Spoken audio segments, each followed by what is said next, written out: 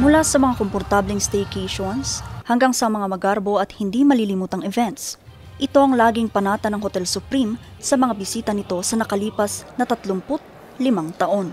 Pero sa likod nito, may mas malalim pa silang kwento, ang pagnanais na magbahagi ng liwanag sa komunidad. Kaya kagabi December 3, hindi lang ang makukulay na Christmas decorations ang nagningning, kundi pati ang diwa ng pagbibigayan at pagmamahalan sa komunidad. Isang gabi na nagbukas ng bagong tradisyon para sa hotel dahil sa kauna-unahang pagkakataon ngayong taon. 4, 3, 2, 1! There we have, ladies and gentlemen, our Hotel Supreme Mall and Event Center Christmas tree is now lit! Pinailawan ng Christmas tree ng hotel. Simbolo raw ito ng pag-asa at pagmamahalan ngayong Kapaskuhan. Oh, Christmas tree, how lovely are your branches. And it is with great pride that we are able now to host such event in this new building that the family has built. And we'd like to appreciate the time that you've given to us to spend this evening with us, and at the same time renew our friendship and our camaraderie.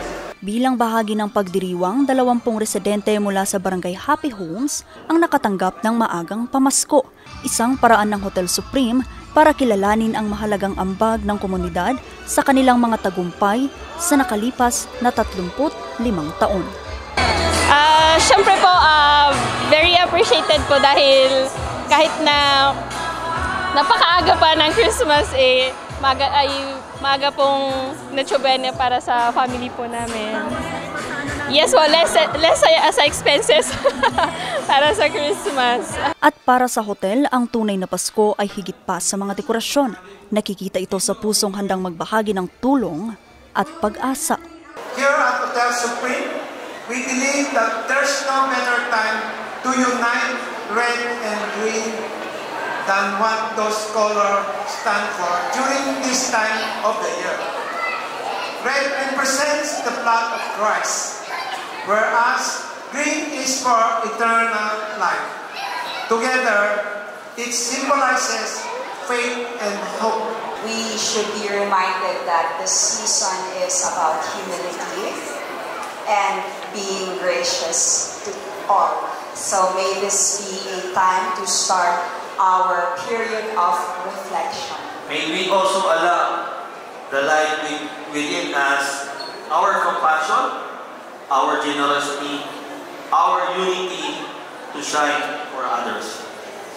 When we choose kindness, we brighten someone's day. When we choose understanding, we enlighten a community.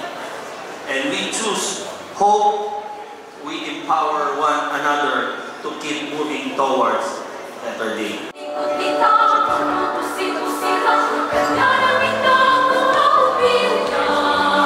Isang simpleng pagdiriwang pero puno ng malalim na samahan at bagong tradisyong muling nagpasigla sa diwa ng Kapaskuhan. Vanessa Bugtong, RNG News.